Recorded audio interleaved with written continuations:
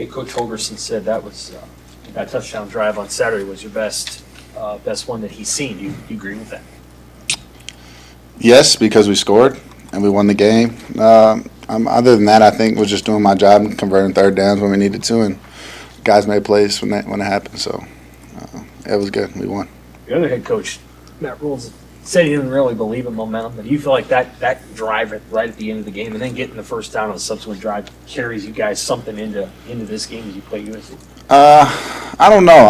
I tend to say no, just because things don't carry over week to week. You got to prepare, and the good things that happened last week don't carry over, and that goes for the bad as well. So I wouldn't say it carries any sort of momentum into the next week. It's a new opponent, new defense, new scheme, and a new game plan. So everything kind of just resets. How is USC different on defense from maybe what you saw last year? Obviously a lot of new personnel, but what's different about what they've been doing? Yeah, their personnel is really good. I think they're elite up front, elite in the secondary, elite. I mean, their whole defense is elite. So we'll have our hands full. It'll be a great test for us, and we'll be ready to answer that bell when it's time to go. How significant is it for you guys to have a game of this magnitude in November, especially when just a couple of years ago, I know you weren't here a couple of years ago, but things were looking kind of bleak around this time this season? Yeah, I mean, this is what you train for. This is what Coach Rule and his staff have prepared us for, is winning in November, December, and January. That's the whole reason why a lot of us came here, was for games like this, and I think Coach Rule had mentioned it to y'all yesterday maybe about a college football playoff game. You win, and your chances of being in keep going and whatever. I'm not sure how it works, but that's what you do, and that's what you hope to do when you play football. And like I said, it's exciting, and for this type of game to come through, it's going to be exciting. How have you seen just overall since that game at Minnesota, the response in the locker room from these guys? Yeah, it's been nothing short of shocking. I think the urgency to get better and the willingness to get better has been tremendous. Speaking on that game, I'm a very religious person, and for do-overs like this to happen, Minnesota, we got a do-over last week with the same situation. And in some ways, we have a similar situation coming in this week with a ranked opponent on national TV, like we did in Week 4. And I mean, just those don't happen often, especially in this game of football. So, I believe God's saying, here's another opportunity to see what you go do with it. So, we're grateful for this opportunity we have. I don't want to misquote you, but I think you mentioned this a couple of weeks ago, that you mentally trained in the off season to handle bad moments specifically. Yeah. What kind of take us through that? And I guess Saturday you obviously did that well after the pick. Yeah, I mean, there's always going to be things that go bad, and I think as a visual person, you'd be shaming and you'd be doing yourself wrong if you only picture good, because that's just not how things go down.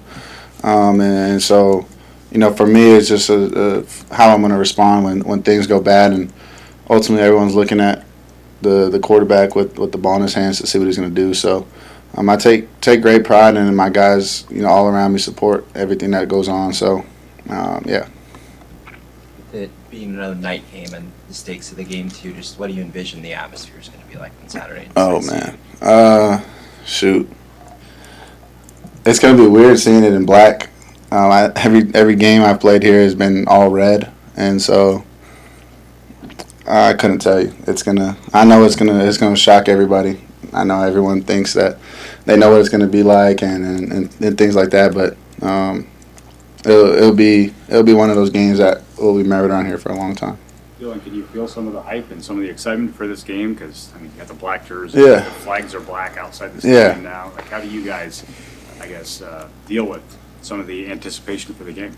Yeah, I mean, there's been a couple big games around here recently, last year and this year, and I think our guys are starting to get a grasp on how to handle things.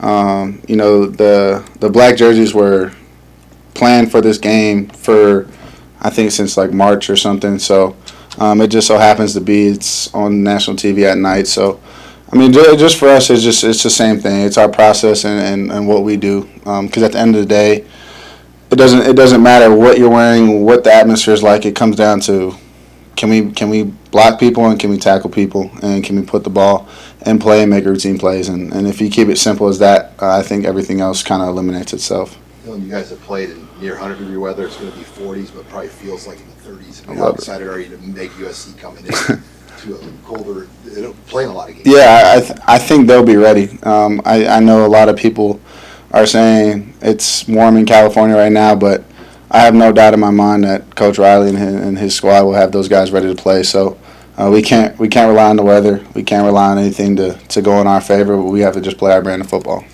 One of the things that's a little different for you is your coaches give you a little bit more freedom to kind of make the checks and make those decisions versus looking to the sideline and then looking back and doing all that. How much do you appreciate the level of autonomy they give you to kind of run those things yourself as opposed to looking over and checking with them all the time? Yeah, I'm very grateful for it. I think with that comes a lot of responsibility. It also keeps the flow of the offense. It keeps the flow and rhythm of kind of just like the 40-second clock in between plays.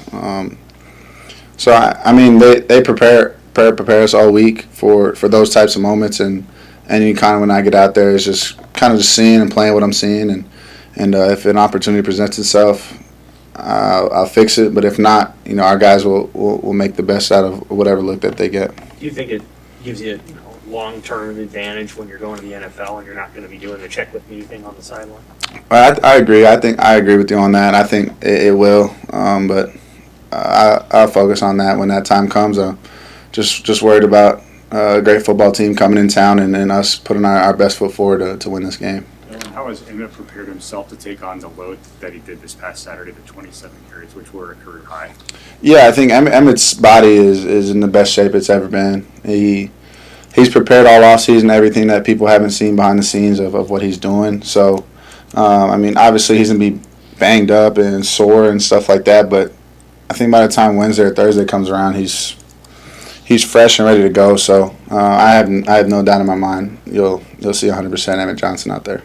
How tough is what Corcoran did where against Minnesota he's on the left side, then he's on the right side, and I know he's had to battle his way back from rehab to help you guys right now. Yeah, no, hats off to him, and that's hard. That's like literally asking a quarterback to throw with his right hand, he breaks his right hand, and then he's got to throw with his left. The coordination, the calls, the direction of things that are going is completely different, and I mean that just goes to show the buy-in that he has for this program and everything that he's done to come back. So I'm very lucky to have him on our side and playing for us.